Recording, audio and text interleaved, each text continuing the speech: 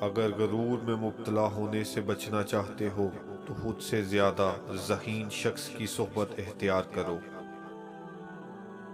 اگر اچھا بولنا چاہتے ہو تو اچھا پڑھنے اور سننے کی عادت ڈالو۔ برے کاموں کی سزا ضرور ملتی ہے، لیکن سزا کا طریقہ مختلف ہو سکتا ہے۔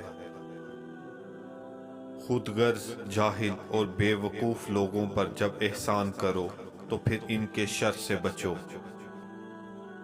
اگر دنیا اور آخرت کی کامیابی چاہتے ہو تو اللہ کے بندوں سے اچھا سلوک کرو۔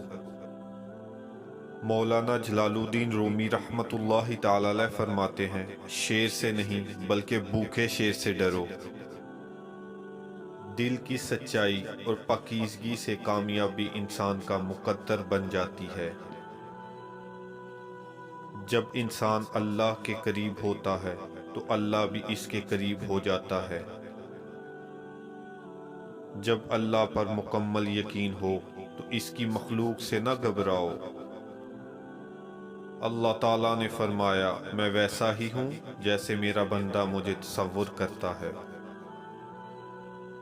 دشمن کا انتخاب اس کی ذہانت دیکھ کر کرو اور دوست کا انتخاب کردار دیکھ کر کرو۔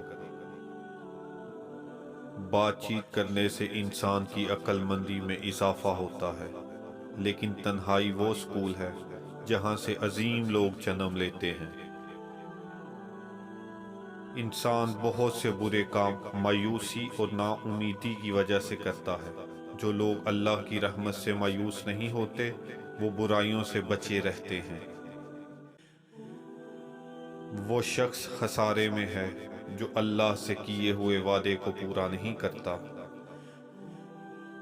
مشکلات انسان کی طرف سے اشارہ ہوتے ہیں تاکہ انسان لاپرواہی چھوڑ کر سنجیدہ ہو جائے۔